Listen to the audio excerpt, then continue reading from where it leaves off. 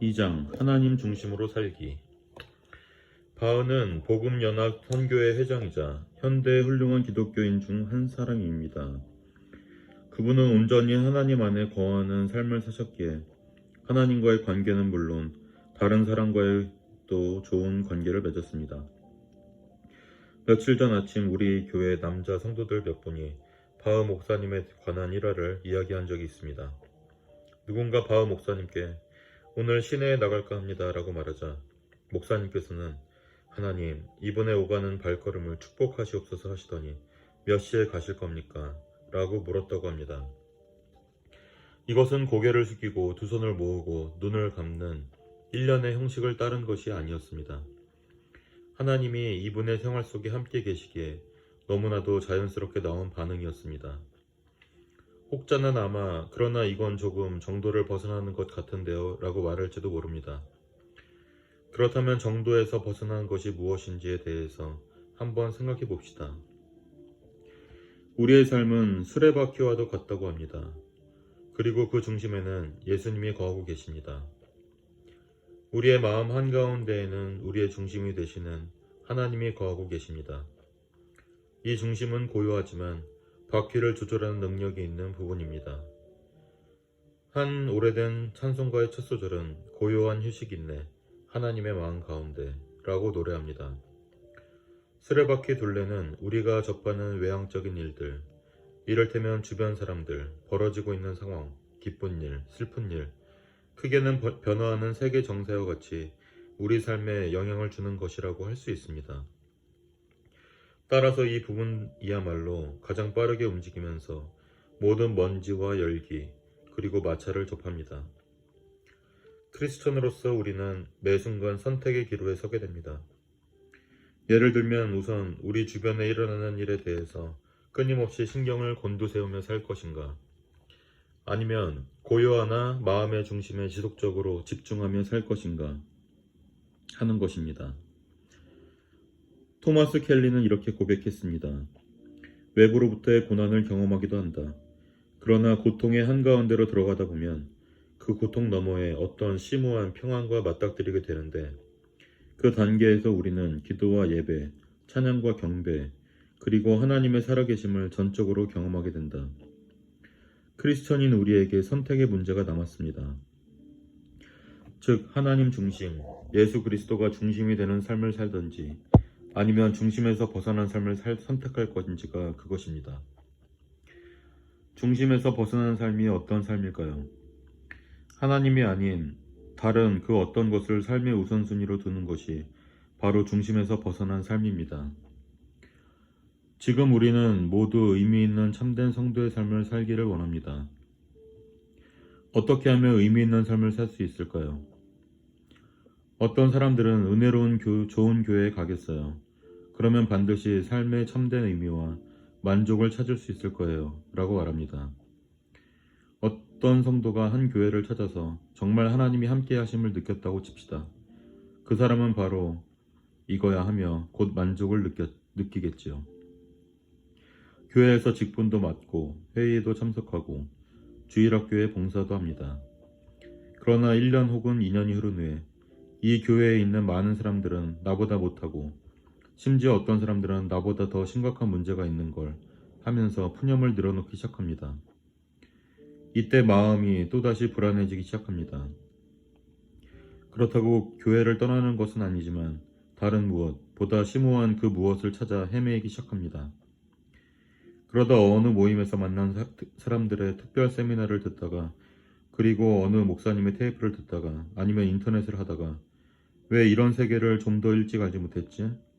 왜 어느 누구도 내게 말해주지 않았을까? 라고 생각하다가 내 영혼아 기뻐하라 마침내 찾았어 바로 이거야 라고 말합니다. 그리고 한동안 신경은 온통 이 새로운 말씀, 특별한 말씀에 쏠려 있습니다. 대단합니다. 또 성경적입니다.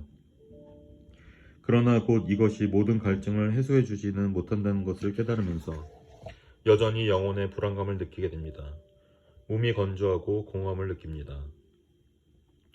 어느 날 기쁨이 넘쳐 보이는 한 친구가 정말 필요한 건 영적 경험이야 라고 말하면 또 한 번 혹하여 그래 그 말이 맞을 거야 내게 필요한 건 바로 그거야 라고 생각하며 그 친구를 따라 영적인 경험을 나누는 곳을 찾아갑니다. 그리고는 또 할렐루야 이거였어 하며 기뻐합니다. 특별한 무엇을 구하려는 그 성도에게 모든 그룹 사람들이 강권합니다. 좀 더 깊은 믿음을 가지세요. 같이 한번 해봅시다. 포기하지 마세요. 그렇다고 서두르지도 마시고요 라고 격려해 줍니다.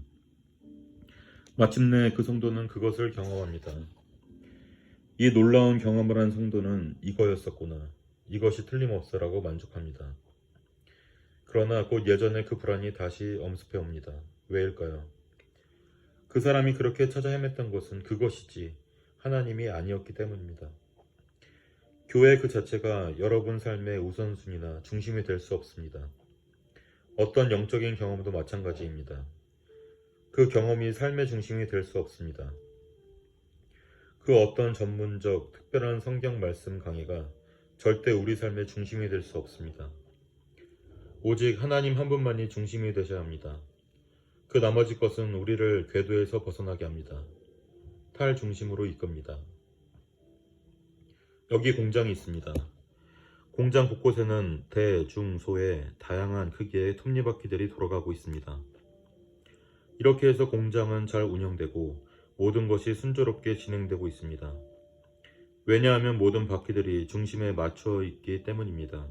또 다른 공장이 있습니다. 훌륭하고 매우 잘 만들어진 중요한 톱니바퀴들이 있습니다. 그러나 한 가지 각각의 바퀴들이 중심에서 조금씩 빗나가 있습니다. 월요일 오전 7시 30분에 공장이 돌아가기 시작하는데 조심해야 합니다. 끽끽거리고 삐걱대는 기계 소음과 타는 냄새가 진동합니다. 곧 무너져 내릴 것 같습니다. 이 공장은 바로 오늘날의 교회와 매우 유사합니다. 많은 사람들이 그저 자신을 위한 예배를 드리고 있습니다. 이쪽에서 끽끽 소리를 내는 톱니바퀴가 이렇게 외쳐듭니다. 여러분 증인이 되세요. 우리 모두 증인이 되어야 합니다. 연기를 내는 또 다른 바퀴는 현대식 예배를 드리세요 라고 합니다. 그 주위에서는 현대식 예배, 현대식 예배, 현대식 예배 라는 구호가 들립니다. 또 다른 바퀴는 삐걱거리며 주님 곧 오십니다. 예수재림, 예수재림을 강조하고 또 다른 바퀴는 선교, 선교, 오직 선교, 선교라고 외쳐댑니다. 이 모든 것들이 옳고 중요한 것은 사실입니다. 그러나 예수 그리스도보다 우선시 되어서는 안 됩니다. 이런 것들을 우선시하는 성도들은 분명 궤도에서 이탈한 성도들입니다. 부차적인 것을 강조하면서 갈등을 겪고 있는 교회도 있을 것입니다. 그렇다면 어떻게 중심에서 벗어났는지를 알아볼 수 있을까요? 만일 여러분이 어떤 지도자나 교회 또는 무슨 성령운동이나 성경 강의 같은 것을 지나치게 따르거나 이것들을 삶의 중심으로 삼는다면 분명 궤도에서 분리된 삶을 살고 있는 것입니다. 즉, 영적으로 불균형적인 신앙생활을 하고 있는 것입니다. 고린도후서 5장 14절 15절 말씀은 매우 중요합니다. 저가 모든 사람을 대신하여 죽으심은 산자들로 하여금 다시는 저희 자신을 위하여 살지 않고 오직 저희를 대신하여 죽었다가 다시 사신 자를 위하여 살게 하려 함이니라. 하나님만이 오직 완벽한 분입니다. 성부 하나님, 성자 하나님, 성령 하나님, 이 삼위일체는 동일한 본질을 공유하고 유일한 실체로 존재하십니다. 하나님은 스스로 존재하시는 분입니다. 그리고 하나님의 자녀로 창조된 우리는 하나님 중심이 되는 삶을 영위할 때 완전하고 풍요로울 수 있습니다. 그래서 우리는 하나님 중심이 되는 삶을 살아야 합니다. 많은 크리스찬들이 한쪽으로 치우쳐진 삶을 삽니다. 삶이라는 바퀴의 중심이 주변 상황에 치우쳐져서 제대로 굴러가지 못하고 있습니다. 오직 하나님이 중심이 되고 목적이 되고 소망이 되어야 하는데 다른 것에 우리의 주의를 온통 빼앗기고 있습니다. 이렇게 중심에서 이끌어주는 힘이 우리 인생에서 절실히 필요하다는 것을 깨닫습니다. 마태복음 6장 33절에서 예수님은 주변 상황, 즉 음식, 옷 등에 대해서 언급하시면서 먼저 그의 나라와 의를 구하라. 그리하면 이 모든 것을 너희에게 더하시리라 라고 약속하셨습니다. 다윗 왕은 사슴이 시냇물을 찾기에 갈급함같이 내 영혼이 주를 찾기에 갈급하나이다 라고 노래하며 하나님의 도우심을 구했습니다. 여러분 중에 혹 그러나 저는 세상적인 것도 좋고 하나님도 좋은데요 라고 선택하기를 주저하시는 분이 계십니까? 아시시의 성 프란시스가 젊었을 때 다른 사람들은 세상을 향해 달려갔지만 그는 하나님께 헌신했습니다. 하나님은 그런 그를 높이셨고 오늘날 우리는 여전히 그가 한 말들을 기억하고 그가 쓴 찬송가를 부릅니다. 히브리서 11장 6절에서는 하나님께 나아가는 자는 반드시 그가 살아계신 것과 또한 그가 자기를 찾는 자들에게 상 주시는 이임을 믿어야 할지니라 라며 믿음의 중요성을 역설합니다. 만일 지금까지 기쁨으로 하나님을 구한 적이 없다면 열심을 다해 하나님을 따라가서 여러분의 삶의 중심으로 삼으십시오. 지금껏 하나님을 높여본 적이 없다면 이는 여러분 마음 아주 깊은 곳에 하나님은 구하는 자들에게 응답해 주신다는 것을 믿지 않기 때문입니다.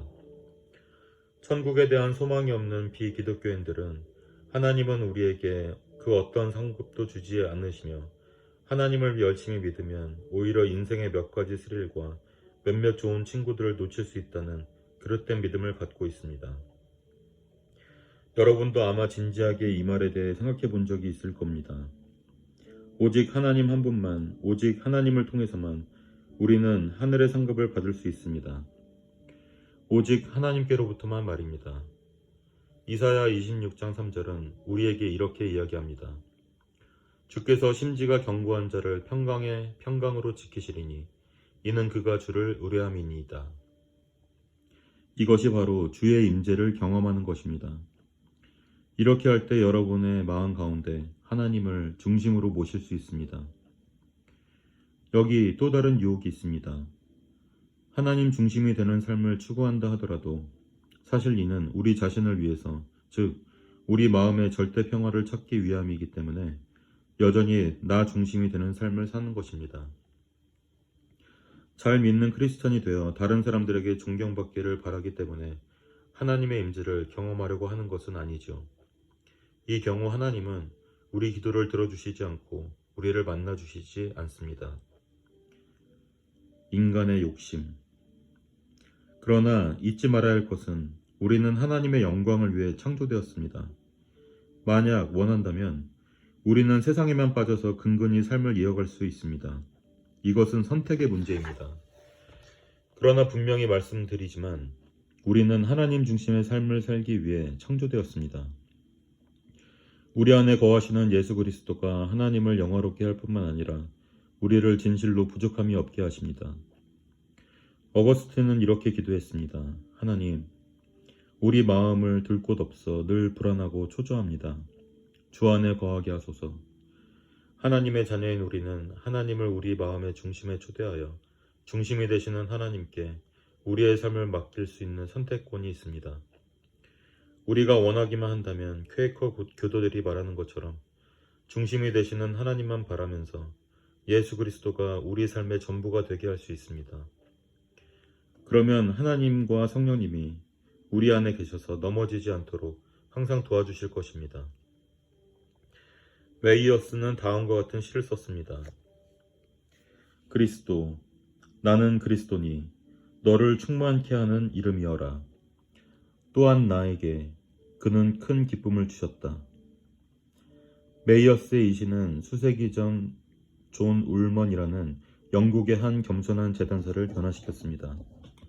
울먼에 대한 일화가 있습니다. 손님이 많은 날이면 울먼은 자신보다 가난한 재단사나 양복점으로 자기 손님들을 보냈다. 그의 육신의 삶은 철저히 내적으로 통합된 기본에 입각한 삶이었다.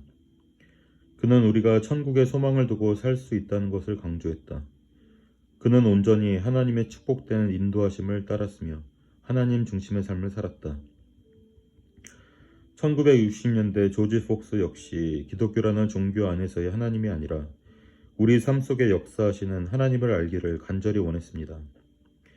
이를 위해 그는 목사님, 신부님들은 물론 심지어 평신도들까지 하나님을 더 잘 알 수 있는 방법을 말해줄 수 있는 사람이라면 누구라도 찾아다녔습니다. 폭스의 한 친척은 이렇게 말한 적이 있습니다.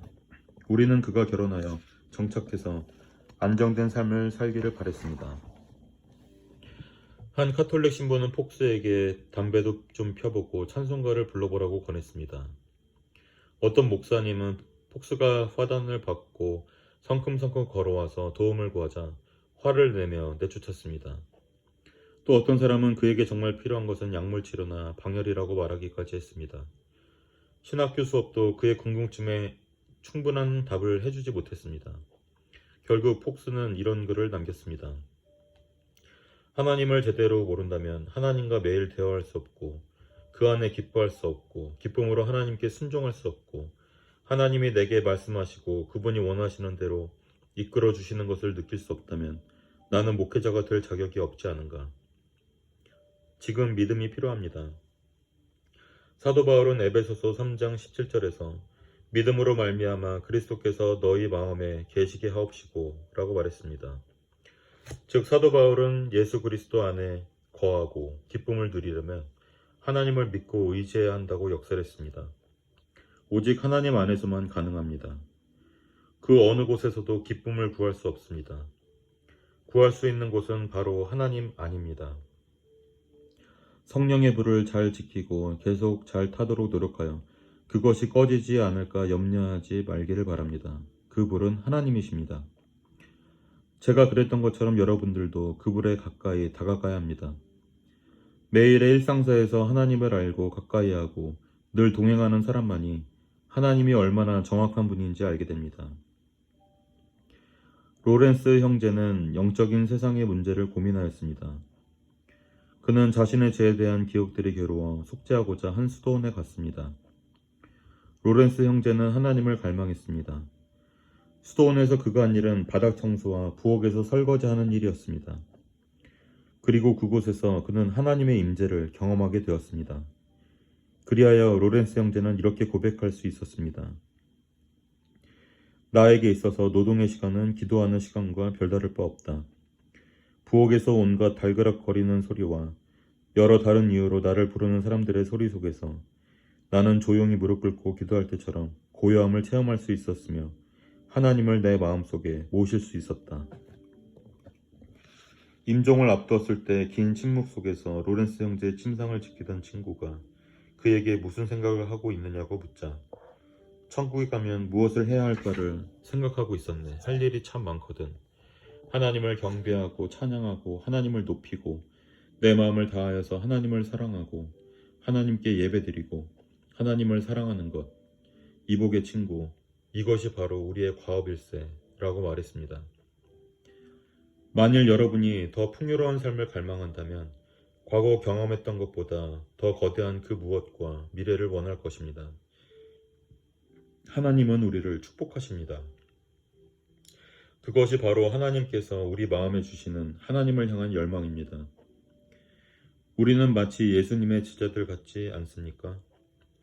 밤새 수고하여 그물을 던졌지만 한 마리의 물고기도 잡지 못했습니다. 이제 여러분도 자신의 그물을 내려놓고 주님을 따르십시오. 기쁜 곳으로 가십시오. 그렇다면 어떻게 해야 할까요? 지금 여러분이 속한 곳에서 당장 시작하십시오. 마음을 다하여 하나님을 경배하는 것부터 시작하십시오. 마음 깊은 곳에서부터 간절히 하나님을 찬양하십시오. 지금 당장 이렇게 고백하십시오. 하나님, 사랑합니다. 찬양합니다. 경배합니다. 주 안에 온전히 거하기 원합니다. 내일 아침 일어나서 이렇게 기도하십시오. 하나님, 제가 여기 있습니다. 오늘은 제가 무엇을 해야 할까요? 오늘 온종일 주님과 함께 하기를 원합니다. 이른 아침 공기보다 더 신선하게, 따사로운 햇살보다 더 따뜻하게, 새벽 공기보다 더 상쾌하게 주님은 우리를 감싸주십니다. 그리고 하루 종일 보이지 않는 곳에서 마음속 깊이 하나님과 대화하십시오. 길을 걸으면서 여러분이 보는 모든 곳에 하나님의 축복이 함께 하길 기도하십시오. 횡단보도 앞에서 신호를 기다리면서 예수님께 여러분의 사랑을 고백하십시오. 저녁에 귀가하면서 하나님, 제가 집안에 들어설 때 오늘도 저와 우리 가족을 축복해 주세요. 라고 기도하십시오. 끊임없이 하나님과 대화하십시오. 하나님과의 대화는 따로 시간을 내어서 하는 것이 아니라 매 순간마다 쉬지 않고 하는 것입니다. 만일 기도의 호흡이 끊어진다면, 여러분이 다시 세상으로 마음이 향해 있다면, 여러분이 예전에 자기 습관을 고수하고 있다면 그 상황에 너무 오랫동안 머무르지 마십시오. 일어서서 다시 전진하십시오. 하나님 앞에 나가십시오. 다시 하나님과 동행하십시오. 우리는 대단히 성공지향적이어서 삶의 질을 높이기까지 인내심을 발휘하기가 어렵습니다. 텔레비전 프로그램에서 모든 미스터리는 28분 안에 해결됩니다. 모든 세탁물도 60초면 해결됩니다. 그러나 하나님과 함께하는 삶은 기다림의 연속입니다. 하나님과 함께하는 삶을 살면서 여러분의 머리는 새하얗게 변해버릴지도 모릅니다. 영적으로 더 깊이 성장하기 위해서는 시간이 걸립니다. 그래도 우리는 열심을 내야 됩니다. 아직 여러분은 영적인 본향에 다다르지 않았습니다. 하나님을 더 알아가고 가까이 하는데 열심을 다하십시오. 하나님의 임재 안에서 우아하게 늙어간다는 것이 얼마나 축복된 일인지 꼭 깨달으십시오. 곧 승리할 것입니다. 저는 가끔 하나님을 알아가는데 실패했었습니다. 그러나 승리했을 때 그 기쁨은 그 시도를 포기할 수 없을 만큼 큰 것이었습니다. 이는 단순히 자기 성취감을 느끼기 위함이 아닙니다. 여러분 자신을 위함이 아닙니다.